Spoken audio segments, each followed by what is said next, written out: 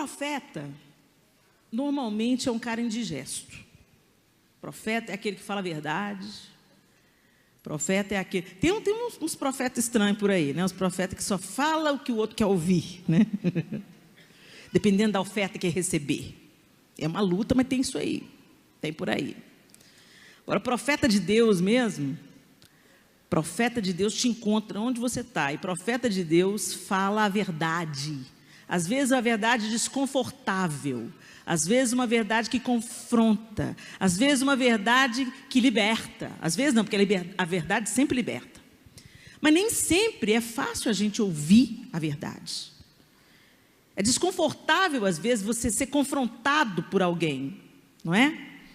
Mas o profeta é esse cara. Ele vem anunciando quem Deus é, o juízo de Deus, a salvação de Deus, a advertência de Deus. Ele vem anunciando quem Deus é e não quem nós gostaríamos que Deus fosse. Porque muitas vezes a gente gostaria que Deus fosse Papai Noel, né? O bom velhinho, que só traz presente para a gente porque a gente comportou o ano todo direitinho. E quando as coisas não acontecem do jeito que a gente acha que a gente merece, aí o tempo fecha. Fecha ou não fecha, gente? Ou então a gente quer que Deus seja o Deus gênio da lâmpada, né? A gente faz 3 pedidos, esfrega e Ele atende o seu desejo.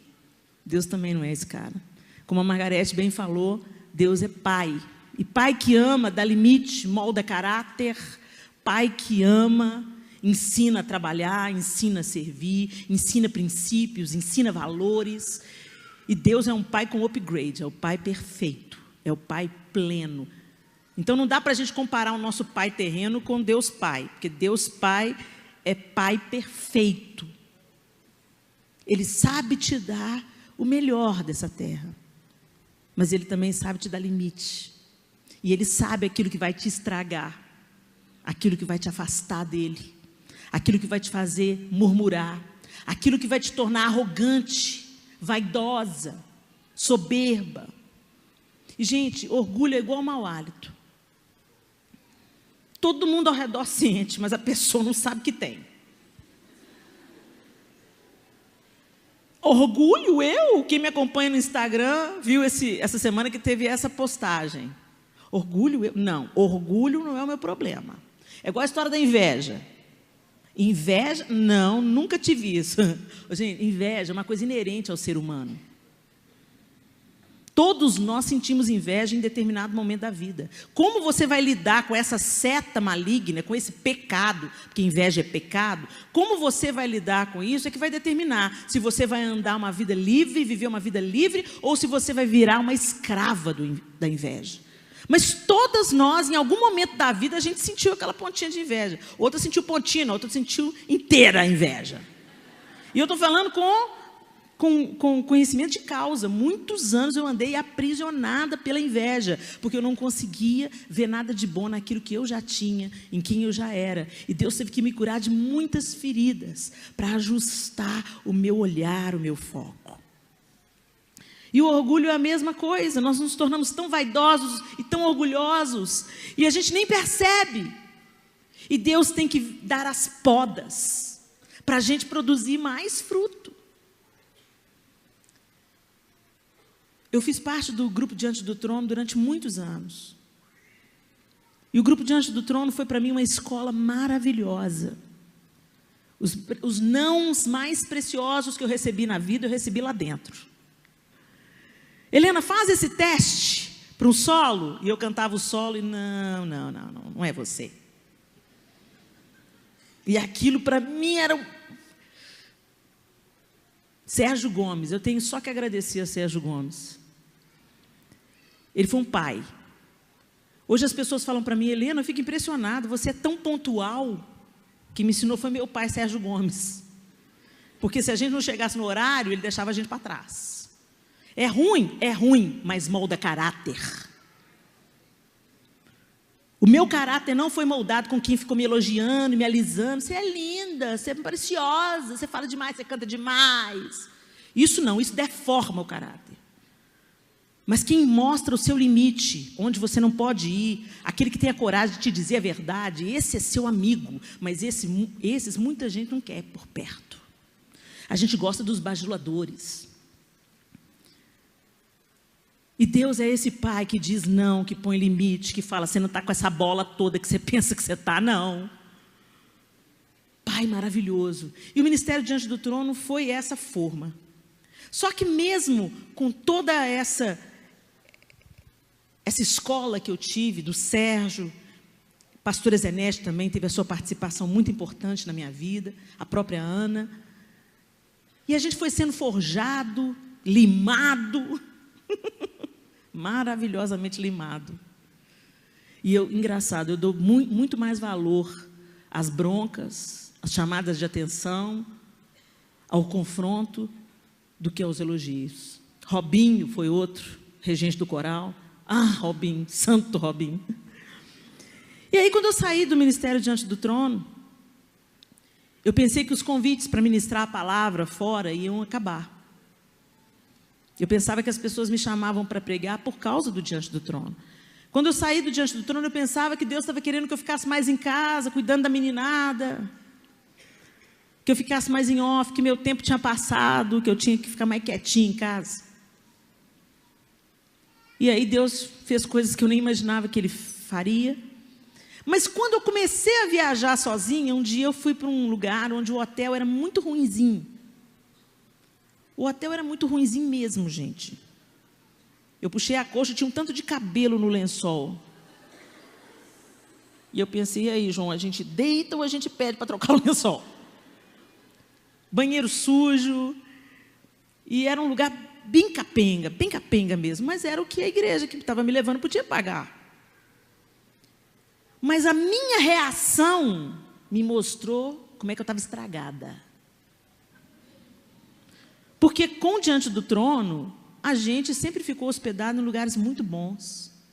Sempre comíamos do bom e do melhor. Todos nós fomos voluntários. A minha equipe, a primeira geração Diante do Trono, todos nós servimos muitos anos como voluntários. E foi também uma ótima forma. A gente não está no ministério para ganhar.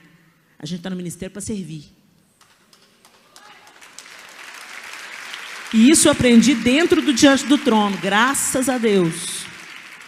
Só que, como tínhamos líderes que também cuidavam, já que eles estão servindo, vamos providenciar para que eles fiquem bem acomodados, para que eles comam bem, no tempo que ficarem fora de casa. E esse tempo era curto, a gente ia no sábado, voltava no domingo, ou ia na sexta e voltava no domingo, era jogo rápido. A gente não ficava muito tempo fora de casa.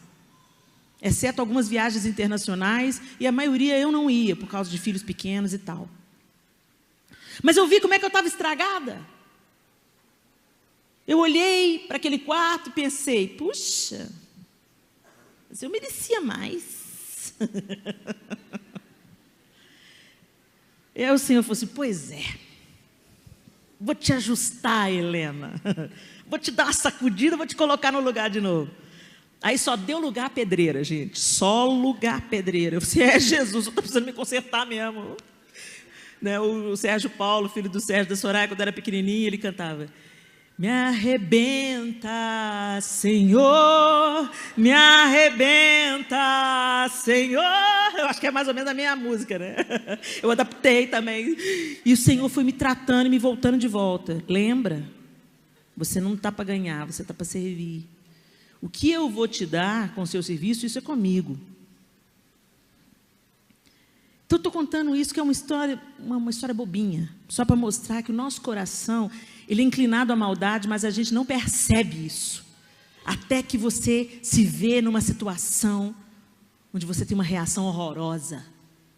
E a sua reação revela o seu caráter. Abacuque, quando a gente lê esse livro maravilhoso, a gente vê um profeta diferente. Os profetas são esses que falam as verdades, mas Abacuque era um profeta que fazia pergunta. E ele começa o livro falando, Deus, o que está acontecendo? É comum nós pensarmos, né, que depois que a gente vai seguir a Deus, a gente tem que ter o tratamento VIP. E devia ser assim com Abacuque também. A coisa lá em Israel estava feia, muita maldade, e logo no primeiro capítulo do livro de Abacuque, Confere aí no verso 2 e 4.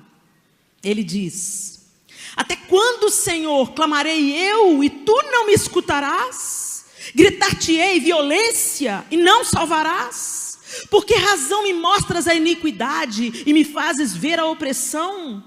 Pois que a destruição e a violência estão diante de mim, havendo também quem suscite a contenda e o litígio. Por essa causa a lei se afrouxa e a justiça nunca se manifesta, porque o ímpio cerca o justo e a justiça se manifesta distorcida. Ele está ali falando para Deus da sua realidade dura, como a maldade, a violência tinha tomado Israel, tinha tomado o povo de Deus. E aí Deus fala com Abacuque: pois é, vou resolver essa parada. Eu vou mandar um império babilônico. Como assim, Deus? Parecia uma resposta, né? A resposta de Deus é a intervenção do poderoso império babilônico, que deveria corrigir os desmandos. Isso, porém, não satisfaz o profeta, pois o invasor não vem para fazer justiça, mas para substituir uma opressão por outra opressão. Quando percebe que Deus irá usar a nação babilônica para trazer juízo sobre a nação de Israel, aí ele pira o cabeção. E ele fala com Deus, tipo assim: o senhor não está fazendo bem o seu trabalho de Deus, não. Espera aí, vamos ter um papo aqui, Deus. O senhor tem certeza disso que o senhor está fazendo? E ele começa a questionar Deus, a expressar a sua decepção com Deus, a insinuar que Deus não ama eles, coisíssima nenhuma. E aí a gente se identifica com esse profeta aqui. Profeta reclamão. Profeta questionador. Profeta que fica indignado. Você já teve esse momento com Deus? Fala a verdade, gente. Não é? Eu já tive esses momentos com Deus. A gente é tão tolo que a gente ainda demanda com Deus. Olha isso. Peraí, Deus, como assim, Deus? A menina de 15 anos está casando, Senhor, e eu estou aqui nos 52 e nada. A gente se indigna por pouco, né? E a gente está sempre de olho na grama do outro. O que o outro tem, o que o outro conquistou, o que o outro está fazendo. Cuide da sua vida. Deus deu uma vida para cada um cuidar da sua, gente. Quando você fica vigiando muito a vida do outro, diz dois: você vai ficar insatisfeito com Deus ou você vai desenvolver inveja crônica. Cuida da sua vida. Se alegre com as dádivas que Deus tem dado ao outro. Quando você vê uma bênção no seu irmão, antes de você sentir qualquer coisa, oh, glória a Deus! Obrigado, Senhor, pelo carro novo do meu irmão, pelo marido novo da minha. Pelo marido novo não, de misericórdia. Dá glória a Deus pela bênção do outro. Mas a primeira coisa que a gente fica... eu já falei isso aqui, né? Você está feliz lá, cuidando das crianças, arrumando cozinha, até que você entra no Facebook. O que você vai fazer no Facebook? Entra no Facebook e vê sua colega da igreja em segunda lua de mel com o marido em Paris. Quando o coitado chega em casa do seu marido, inocente, trabalhou o dia inteiro, ralou para te dar o melhor que ele pode dar, ele fala: ei, querida, tudo bem? Tudo bem o quê? Como assim tudo bem? Você está vindo desse emprego merreca que paga pouco e ele não está entendendo nada? O que eu fiz? Você está na TPM, bem? Não está na TPM, ela entrou no Facebook. E aí a gente murmura. E isso é café pequeno. Isso é café pequeno. Se a gente murmura no café pequeno, imagina quando vem os abacaxi para a gente descascar. A Margarete apresentou um tanto de abacaxi aqui. Abacaxi gigante. E eu quero te perguntar. É fácil a gente se identificar com Abacuque, não é? É fácil a gente concordar com ele. É isso mesmo. Eu concordo com Abacuque, parceiro, estou agarrada. Ele me entendeu, finalmente, alguém na Bíblia me entendeu, alguém me representa. Abacuque me representa. Tem hora que Deus parece que pirou o cabeção, a gente errou, sabe, distraiu, cochilou. Mas aí no capítulo 2, Deus dá uma chamada no Abacuque. Ele continua buscando uma resposta de Deus, mas Deus confronta com uma proposta, que está no capítulo 2, no verso 4. O justo viverá por sua fé. Como assim? Daí, gente, desse livro que nasceu aquela canção. Essa paz que eu sinto em minha alma, não é porque tudo me vai bem. Essa paz que eu sinto em minha alma, é porque eu olho ao meu Senhor. Não olho circunstâncias, não, olho o seu amor. Não me guio por vistas, alegre estou. Nasceu nesse livro essa canção. E também é que você já conhece. O Senhor é a minha força. Ele faz os meus pés como os da corça. O Senhor, o soberano, me faz andar em lugares altos. Ele me faz andar, Ele me faz andar, Ele me faz andar em lugares altos, acima dos problemas, acima das tribulações, acima do pecado, acima das tentações, acima das minhas dores, acima das perseguições, acima deste mundo, acima das desilusões. Essa canção também nasceu desse livro. Abacuque entendeu que Deus estava propondo juízo, mas não juízo para castigar o povo apenas, mas para peneirar o povo, para levantar o povo, para mostrar a diferença de justiça e injustiça, de certo e errado, e forjar um povo pronto, um povo forte, um povo santo, mesmo que fosse por uma forma tão difícil quanto o Império Babilônico. Deus vai permitir às vezes você ser humilhado pelo ímpio. Deus vai permitir às vezes aquele patrão pegar no seu pé. Deus vai permitir às vezes a enfermidade para tirar o melhor de você, para extrair o melhor de você. Não tem jeito de tirar óleo sem prensar azeitona. E o fato é que Deus, o que Deus quer com isso? Só fazer a gente melhorar, sofrer e melhorar, sofrer e melhorar? Não, Ele quer revelar a face dEle. Quem Ele é, assim como Ele se revelou para Jó. Jó saiu daquela tribulação, daquela angústia, daquele luto, daquela dor, daquela miséria, com uma outra perspectiva de quem era Deus. E a gente, às vezes há anos dentro da igreja, não temos a menor ideia de quem seja Deus. Porque a gente adora o Deus Papai Noel, adora o Deus gênio da lâmpada. Acontece que no meio desses conflitos legítimos de Abacuque, ele verbalizou as suas angústias, as suas perguntas, as suas inquietações e até as suas decepções. Mas foi naquela ocasião onde ele questionava, é que ele não só questionou, ele não só reclamou, ele ficou e ouviu. E essa é a diferença. Sabe o que aconteceu com o filho da Margarete? Acontece com muitos de nós. Ele não quis ficar para ouvir o resto. Ele ouviu não. Ele ouviu não.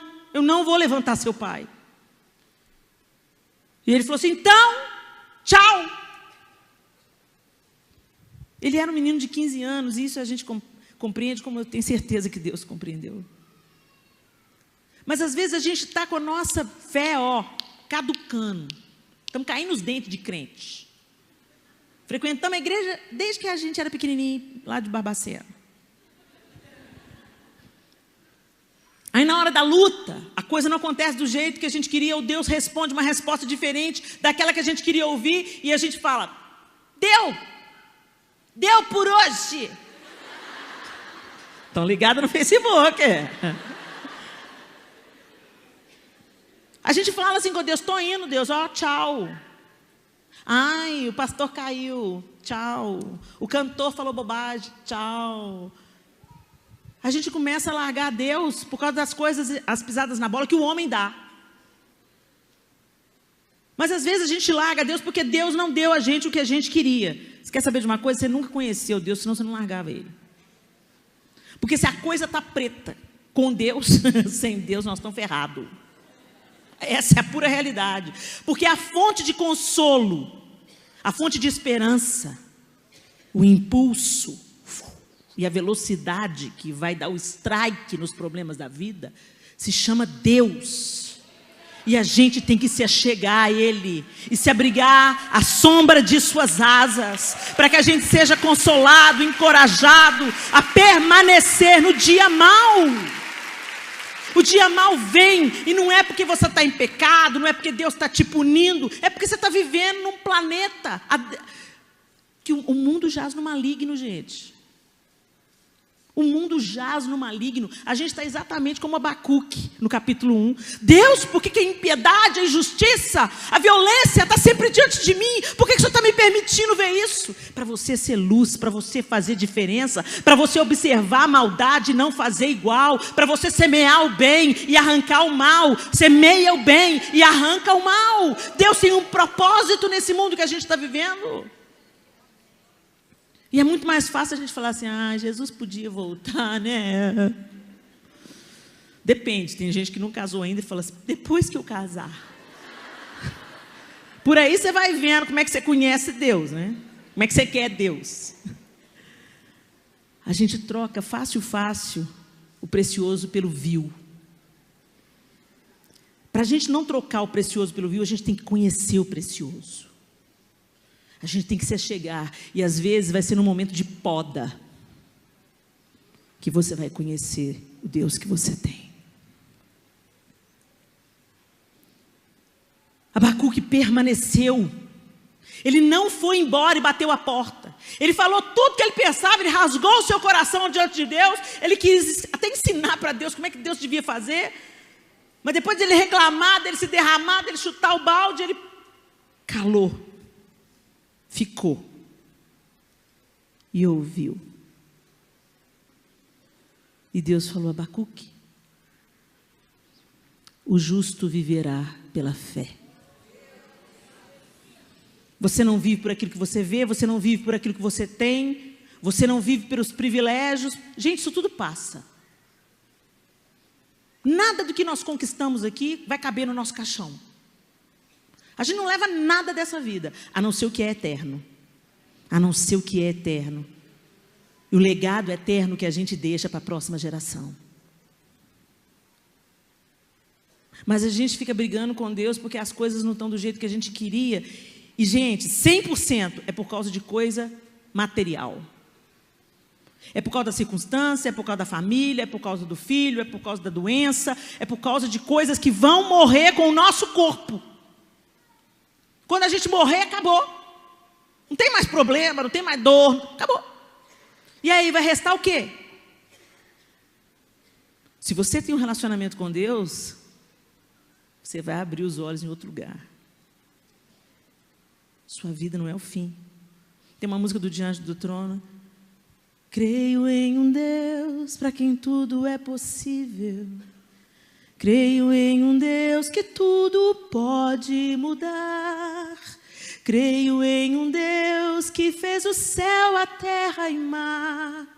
Todo poderoso, mas é fiel para se importar comigo. Ele é fiel. E a gente acha lindo essa parte da música, mas quando chega na parte que fala, e se eu não ver minha vitória aqui, coroa de glória, creio, é o que me aguarda ali. É isso. Aqui é só um capítulo, não é a história toda. E uma vez eu estava orando por uma amiga muito querida, pastora Ana Lúcia Nunes, que já está com o Senhor. E o Senhor me levou para me despedir da Ana Lúcia. Eu não sabia que era despedida. E eu estava nos pés dela, do leito dela, e eu passava as mãos nas pernas dela. E a Zenete falou, canta para ela. Posso cantar, Ana Lúcia? Ela falou, pode. Creio em um Deus, para quem tudo é possível. E eu comecei a cantar essa música. E na hora de se importar comigo, eu cantei. Se importa com a Ana, se importa com a Ana. E o Senhor falou comigo, agora canta a música toda. E eu falei, não vou não.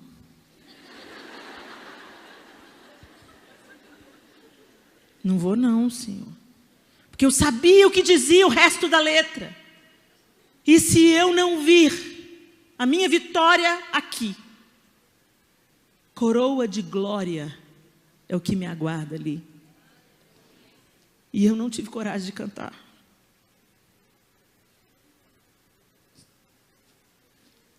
Porque dói a gente se despedir de um amigo. Dói. Dói até hoje a falta dela. Mas não acabou essa história. Não acabou. Os meus olhos estão na eternidade. E um dia nós vamos, eu, a Ana Lúcia e todos nós, vestidos de branco, celebrar diante do trono. Digno é o Cordeiro que foi morto de receber o poder e a riqueza e a sabedoria, força, honra, glória e louvor, porque foste morto e com teu sangue compraste para Deus os que procedem de toda tribo, povo, língua e nação. A gente tem que tirar os olhos, meninas, daquilo que é temporário e colocar os olhos no eterno. E quando nós colocamos os olhos na eternidade, as lutas aqui, elas continuam acontecendo, elas continuam existindo, mas elas não são tão pesadas. Elas não são massacrantes. Elas são a mão do oleiro deixando as digitais dele em você. Ele vai te melhorando quando pessoa, ele vai colocando o registro do amor, do cuidado dele em você, do consolo, do conforto, da esperança dele em você, e você vai se tornar uma propagadora desse amor, desse conforto. O justo viverá pela fé. Eu sei em quem tenho crido, e eu sei que ele é poderoso. Como disse Jó, eu sei que o meu Redentor vive e por fim se levantará sobre a terra. E no capítulo 3 de Abacuque, mais especificamente, no verso 17, 18 e 19, ele diz, ele entendeu, ele ficou, ele ouviu, ele percebeu a soberania de Deus, ele percebeu a proposta de Deus. Creia no meu amor, creia no meu cuidado, que eu vou te ensinar a caminhar. Eu vou te ensinar a dar um passo de cada vez. Eu vou te ensinar a esperar. E eu vou te ensinar também a receber os meus nãos. Eu vou te ensinar. Porque o justo viverá pela fé. Fé naquele que é poderoso e que sabe o que está fazendo. E aí a ficha cai. Abacuque entende por que ele ficou e ouviu. E ele proclama, porque ainda que a figueira não floresça, nem haja fruto na vide, ainda que decepcione o produto da oliveira e os campos não produzam mantimento, ainda que as ovelhas da malhada sejam arrebatadas e nos currais não haja gado, todavia eu me alegrarei no Senhor, exultarei no Deus da minha salvação. O Senhor Deus é a minha força, e fará os meus pés como os das servas, e me fará andar sobre as minhas alturas. No capítulo 1, o profeta reclamou. No capítulo 3, aquele que entendeu que Deus tem o controle, o domínio, a soberania sobre todas as coisas, e que Ele é um Deus de amor, é um Deus fiel, e é um Deus que vai estar do seu lado, no alto da montanha, ou no mais profundo abismo. Eis que estarei convosco todos os dias, até a consumação dos séculos. Feche os seus olhos. Eu não sei que luta que você já viveu. Às vezes você acabou de sair de uma tempestade. O barco sacudiu de um lado para o outro. E você ainda está sentindo os efeitos disso na sua vida.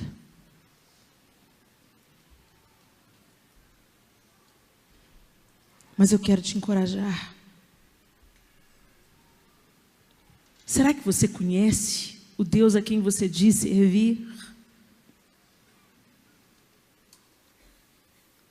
Ou você está trocando um pouco as bolas e Deus está meio Papai Noel? Não tem problema se você está decepcionada com Deus, achando que Deus errou a mão com você, ou achando que Deus está te sonegando alguma coisa. Deus entende a nossa meninice.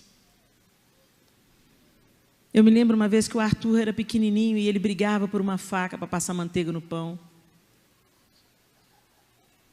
E eu dizia, não, Arthur, não, porque ele não tinha idade para manusear aquela faca. Mas ele via a irmã de 8 anos passando manteiga no pão e ele achava que eu estava sendo injusta.